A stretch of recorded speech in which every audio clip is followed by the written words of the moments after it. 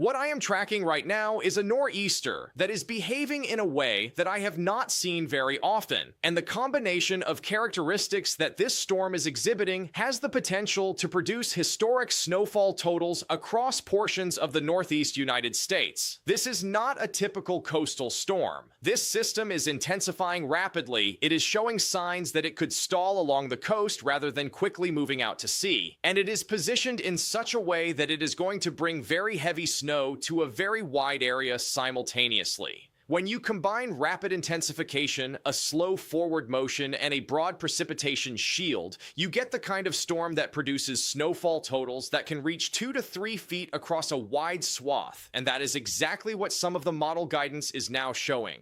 The primary impact zone is going to be from New York through Massachusetts, but significant impacts are also expected across New Jersey, Pennsylvania, Connecticut, Rhode Island, Delaware, and portions of Maryland. We are talking about a storm that could affect tens of millions of people, shut down travel across the entire I-95 corridor for an extended period of time, and produce blizzard conditions with near zero visibility and dangerous wind chills. I want to walk through this forecast in detail because the stakes are high, the window for preparation is closing, and understanding what is coming and when it is coming is critical for anyone in the path of this storm. The reason this nor'easter is different from a typical coastal storm is tied to the upper-level pattern and the surface evolution of the low-pressure system. Most nor'easters that affect the northeast develop along the coast, intensify as they move northward, and then quickly exit out into the Atlantic as they encounter the strong westerly flow aloft. This system is not going to do that. What we are seeing in the model guidance is a pattern where the upper-level energy that is going to be driving this storm is going to become nearly stationary along the coast, and that stationary upper-level pattern is going to anchor the surface low in place for an extended period of time. When a nor'easter stalls, it means that the same locations are getting hit with heavy snow for 24, 36, or even 48 hours, rather than the more typical 12 to 18 hours. That extended duration is what allows snowfall totals to climb from the 12 to 18-inch range that we would see with a typical nor'easter into the 24 to 36-inch range that we are now looking at with this system. The models are not in perfect agreement on exactly how long the system is going to remain quasi-stationary, but there is broad agreement that this is going to be a slow-moving storm, and slow-moving winter storms are the ones that produce the highest snowfall totals. Let me break down the expected impacts state by state, because the geography of this storm is important, and the impacts are going to vary significantly depending on where you are. Starting with New York, this is going to be one of the hardest hit states. New York City and Long Island are going to see widespread heavy snow, with totals in the range of 18 to 30 inches across much of the metro area. The exact totals are going to depend on how far west the heaviest snow bands set up, but right now it looks like the boroughs are going to be right in the bullseye. The combination of very heavy snow and strong winds is going to create blizzard conditions across the city, and travel is going to be extremely dangerous or impossible for an extended period of time. Inland areas of New York, particularly the Hudson Valley and the lower Catskills, could see even higher totals, with some locations potentially approaching or exceeding 3 feet of snow. This is the kind of snowfall that causes roofs to collapse, that brings down trees and power lines, and that shuts down entire regions for days. If you are in New York, you need to be preparing for a major, potentially historic winter storm. Moving to New Jersey, the impacts are going to be similarly severe, particularly across the northern and central portions of the state. The coastal areas of New Jersey are going to see very heavy snow combined with strong onshore winds, and that combination is going to create the potential for coastal flooding in addition to the snow. Snowfall totals across much of New Jersey are going to be in the range of 1 to 2 feet, with higher totals possible in the northern suburbs closer to New York City. Some locations could see totals approaching 30 inches, particularly in areas where the heaviest banding sets up and remains stationary for several hours. The coastal flooding concern is tied to the strong onshore winds and the astronomical tide cycle, and while this is not going to be a major coastal flood event, minor to moderate coastal flooding is possible during the highest tides, particularly Sunday and Monday. Travel across New Jersey is going to be shut down during the height of the storm, and I would not expect the major highways to be passable until well into Monday at the earliest.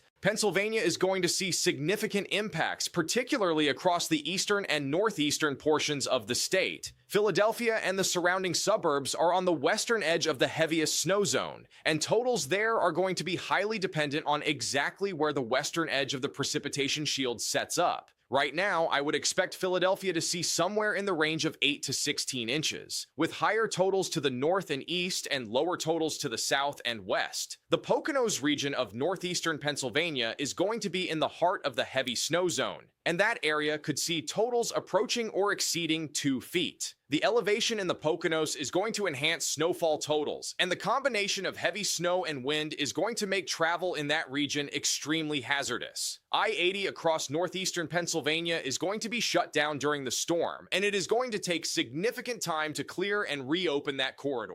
Massachusetts is going to be one of the hardest hit states, and Boston in particular is looking at the potential for a historic snowfall event. The model guidance is showing the bullseye of heaviest snow positioned directly over the Boston metro area, with totals potentially reaching 24 to 36 inches. That would put this storm in the conversation with some of the biggest snowstorms in Boston's history, and the impacts are going to be severe and long-lasting. The combination of very heavy snow, strong winds with gusts potentially exceeding 50 miles per hour, and near zero visibility is going to create whiteout conditions across much of eastern Massachusetts, and travel is going to be impossible during the height of the storm. Logan Airport is going to be shut down, the MBTA is going to be significantly disrupted, and major highways including I-93, I-95, and the Mass Pike are all going to be impassable for an extended period of time. Power outages are also a major concern, particularly if we see the kind of heavy wet snow that can accumulate on tree limbs and power lines. If you are in the Boston area, you need to be treating this as a potentially life-threatening storm and making preparations accordingly. Maryland is going to see more variable impacts depending on location. The eastern shore of Maryland and the areas closer to the Delaware border are going to see heavier snow, with totals potentially reaching 12 to 20 inches in some locations. Western Maryland and areas closer to Washington, D.C. are going to see lighter totals, and there is a possibility that some of the precipitation in the D.C. area could start as a mix of rain and snow before transitioning to all snow. The exact position of that rain-snow line is still uncertain, and it is going to have a big impact on final snowfall totals for the DC metro area. Right now, I would say that DC proper is looking at 4 to 10 inches, while areas to the north and east could see significantly higher totals. Delaware is going to be right in the heavy snow zone, particularly across the northern portion of the state. Wilmington and the surrounding areas are looking at the potential for 18 to 30 inches of snow, and the combination of heavy snow and strong winds is going to create blizzard conditions. The coastal areas of Delaware are also going to see strong onshore winds, which could lead to minor coastal flooding during high tide cycles. Travel across Delaware is going to be extremely difficult to impossible during the storm.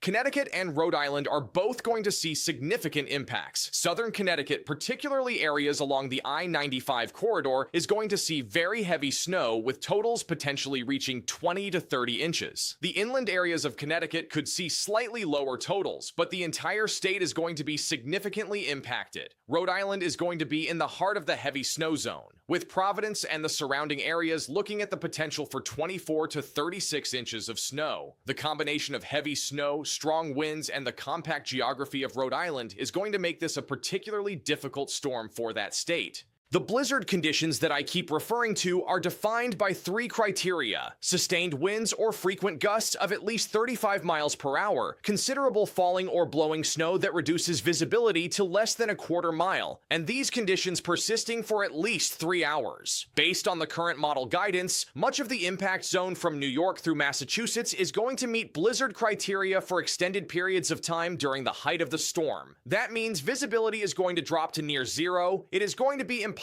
to see more than a few feet in front of you, and being outside is going to be dangerous. Wind chills during the storm are going to drop into the single digits and teens, and anyone who is stranded or caught outside is going to be at risk of frostbite and hypothermia. This is not a storm where you want to be traveling, and this is not a storm where you want to be caught unprepared. Let me walk through the timeline for this storm, because understanding when the impacts are going to begin and when they are going to be at their worst is critical. The first precipitation associated with this system is going to begin moving into the mid-Atlantic Saturday evening, likely starting as a mix of rain and snow across the southern portions of the impact zone. By late Saturday night, precipitation is going to be spreading northward and transitioning to all snow across most of the region. Sunday morning is when the storm is going to be intensifying most rapidly, and that is when the heaviest snow is going to begin. Snowfall rates during Sunday morning and Sunday afternoon could reach 3 to 5 inches per hour in the heaviest bands, and those kinds of rates are going to lead to very rapid accumulation.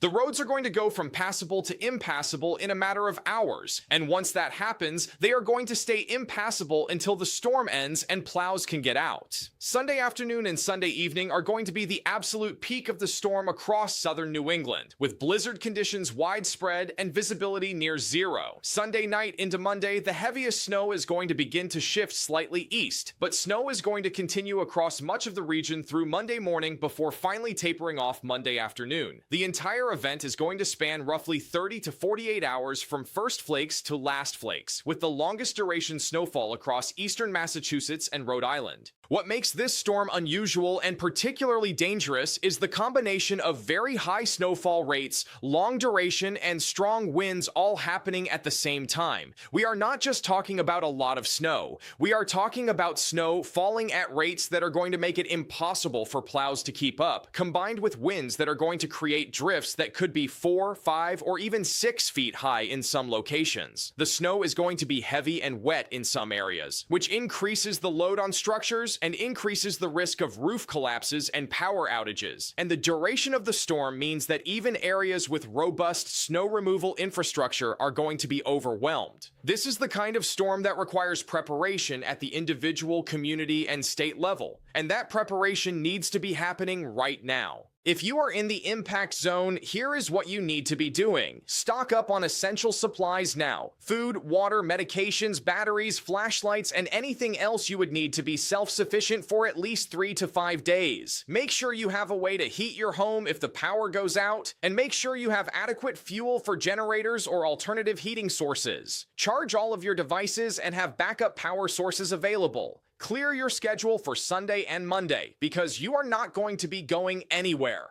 Bring in any outdoor furniture or objects that could blow around in high winds. Check on neighbors, particularly elderly neighbors, or anyone who might need assistance. And stay informed by monitoring local forecasts and official communications from emergency management. This is a serious, high-impact storm, and it needs to be treated as such. I will continue to provide updates as this system develops. Stay safe.